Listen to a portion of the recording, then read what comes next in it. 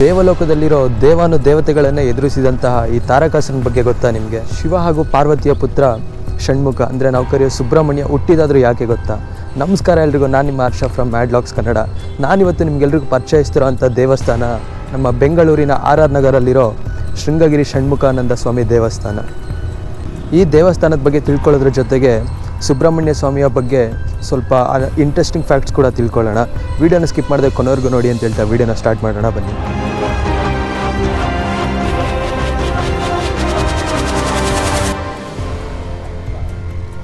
ಶೃಂಗಗಿರಿ ಅನ್ನೋದು ಒಂದು ಬೆಟ್ಟದ ಹೆಸರು.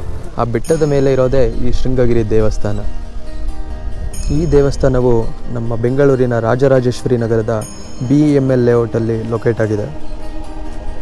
ಈ ದೇವಸ್ಥಾನವು ನೆಲಮಟ್ಟದಿಂದ 240 ಅಡಿಗಳಷ್ಟಿದ್ದು 100 ಮೆಟ್ಟುಗಳನ್ನು ನಾವು ಹತ್ತಬೇಕಾಗುತ್ತೆ ದೇವರ ದರ್ಶನ ಪಡೆಯೋದಕ್ಕೆ.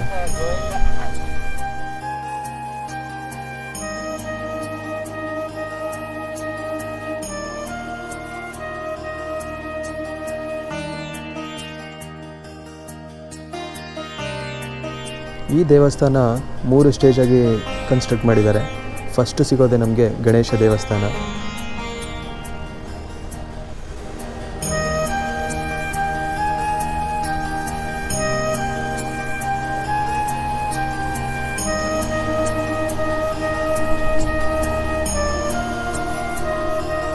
ಶೃಂಗೇರಿ ಶಾರದಾ ಪೀಠದ ಮಹಾಗುರುಗಳಾದ ಶ್ರೀ ಶ್ರೀ ಶ್ರೀ ಭಾರತೀ ತೀರ್ಥ ಮಹಾಸ್ವಾಮಿಗಳ ಕನಸಾಗಿದ್ದ ಈ ದೇವಸ್ಥಾನ ಶೃಂಗೇರಿ ಶಾರದಾ ಪೀಠಕ್ಕೆ ಸೇರಿದ್ದು. ಗಣೇಶನ ದರ್ಶನ ಮಾಡಿಕೊಂಡು ನಾವು ಹಾಗೆ ಮೇಲೆ ಬಂದರೆ ನಮಗೆ ಸಿಗೋದೆ ಅರುಣಾಚಲೇಶ್ವರ ದೇವಸ್ಥಾನ, ಅಂದರೆ ಶಿವನ ದೇವಸ್ಥಾನ ಇದೆ ಇಲ್ಲಿ.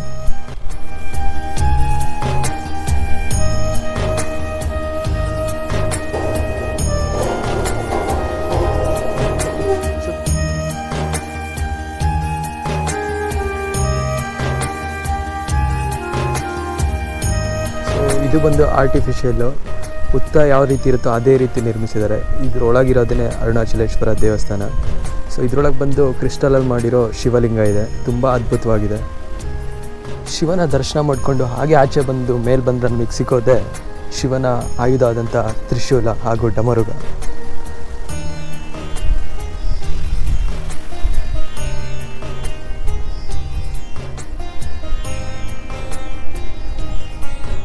ನೋಡಿ ಎಷ್ಟು ಅದ್ಭುತವಾಗಿ, ಎಷ್ಟು ಯುನೀಕಾಗಿ ಕ್ರಿಯೇಟ್ ಮಾಡಿದ್ದಾರೆ ಇದನ್ನು. ತುಂಬಾ ಚೆನ್ನಾಗಿದೆ. ಈ ದೇವಸ್ಥಾನದ ಸೆಂಟರ್ ಆಫ್ ಅಟ್ರಾಕ್ಷನ್ನೇ ಇಲ್ಲಿ ದೂರದಲ್ಲಿ ಕಾಣ್ತಾ ಇರೋ ಷಣ್ಮುಖನ 6 ಮುಖಗಳು, ಹಾಗೆ ಅದ್ರ ಮೇಲಿರೋಂಥ ವಿಮಾನ ಗೋಪುರ. ಈ ದೇವಸ್ಥಾನಕ್ಕೆ ಕೆಳಗಡೆಯಿಂದ ಒಂದು 100 ಮೆಟ್ಲುಗಳಿದೆ. ಆ ಮೆಟ್ಲುಗಳನ್ನ ಹತ್ಕೊಂಡು ಹೋದಾಗ ನಮ್ಗೆ ಸಿಕ್ಕೋದೇನೆ ಷಣ್ಮುಖ ಸ್ವಾಮಿ ದೇವಸ್ಥಾನ.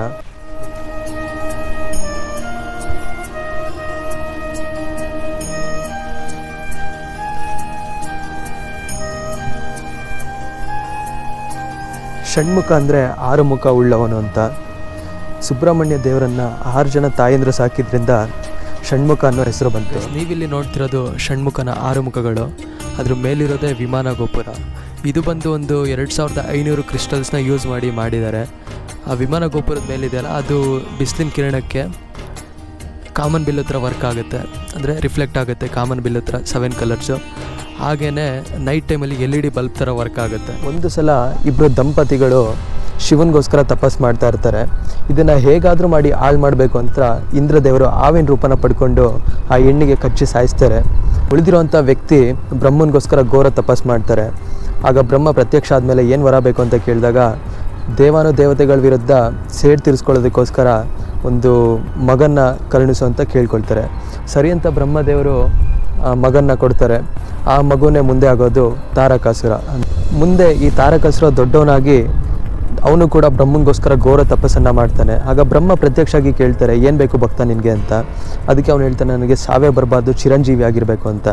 ಇದು ಸಾಧ್ಯ ಇಲ್ಲ, ಬೇರೆ ಏನಾದರೂ ವರ ಕೇಳು ಅಂತ ಹೇಳಿದಾಗ, ಈ ಜಗತ್ತಲ್ಲಿ ಯಾವುದೇ ಪ್ರಾಣಿ ಪಕ್ಷಿಯಿಂದ ನನಗೆ ಸಾವು ಬರಬಾರ್ದು, ಶಿವನ 7 ವರ್ಷದ ಪುತ್ರನಿಂದ ಮಾತ್ರ ನನಗೆ ಸಾವು ಬರಬೇಕು ಅಂತ ಕೇಳ್ಕೊಳ್ತಾನೆ.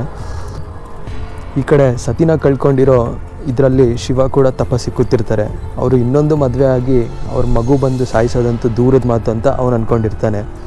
ಈ ಥರ ಒಂದು ವರವನ್ನು ಬ್ರಹ್ಮ ದೇವರಿಂದ ಪಡ್ಕೊಂಡ್ಮೇಲೆ ತಾರಕಾಸುರ ದೇವಾನು ದೇವತೆಗಳ ವಿರುದ್ಧನೇ ಯುದ್ಧ ಮಾಡೋದಕ್ಕೆ ನಿಂತ್ಕೊಳ್ತಾನೆ.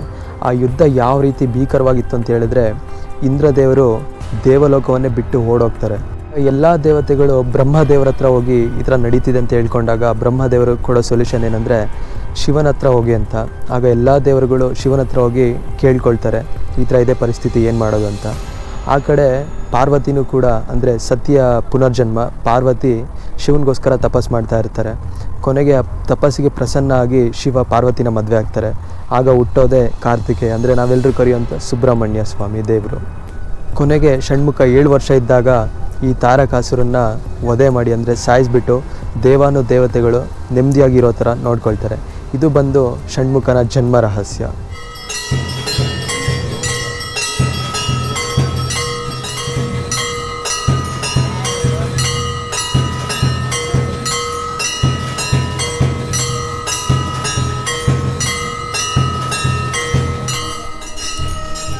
ಈ ಟೆಂಪಲ್ಲು ಗ್ರೌಂಡ್ ಲೆವೆಲಿಂದ 240 ಫೀಟ್ ಹೈಟ್ ಇರೋದ್ರಿಂದ ಬೆಂಗಳೂರಿನ ಒಂದು ಅದ್ಭುತವಾದಂಥ ವ್ಯೂನ ನೋಡ್ಬೋದು. ನೈಟ್ ಟೈಮಲ್ಲಿ ಬಂದರೆ ಇನ್ನೂ ತುಂಬಾ ಚೆನ್ನಾಗಿರುತ್ತೆ, ಎಲ್ಲ ಕಡೆ ಲೈಟ್ ಆನ್ ಆಗಿರುತ್ತೆ ಅಲ್ಲ.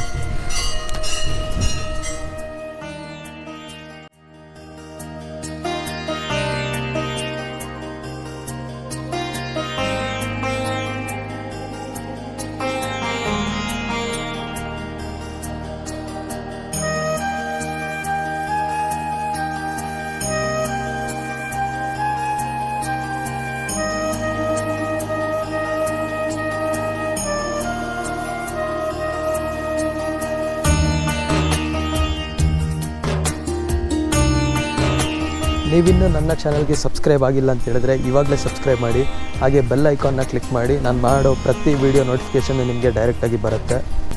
ಒಂದು ಪ್ಲೇಸ್ನ ಎಕ್ಸ್ಪ್ಲೋರ್ ಮಾಡೋದ್ರ ಜೊತೆಗೆ ಅದ್ರ ಹಿಂದೆ ಇರೋವಂಥ ಒಂದು ಹಿಸ್ಟ್ರಿ ಆಗಿರ್ಬೋದು ಅಥವಾ ಒಂದು ಪೌರಾಣಿಕ ಕಥೆ ಆಗಿರ್ಬೋದು ಅನ್ನೋದನ್ನು ಹೇಳೋದು ನನ್ನ ಉದ್ದೇಶ. ಸೊ ಗೈಸ್, ಇದಿಷ್ಟು ಇವತ್ತಿನ ವೀಡಿಯೋ ಆಗಿತ್ತು. ಮತ್ತೆ ಇನ್ನೊಂದು ಕಂಟೆಂಟ್ ಜೊತೆ ಇನ್ನೊಂದು ವೀಡಿಯೋದಲ್ಲಿ ಬರ್ತೀನಿ. Love you all, see you, take care, bye.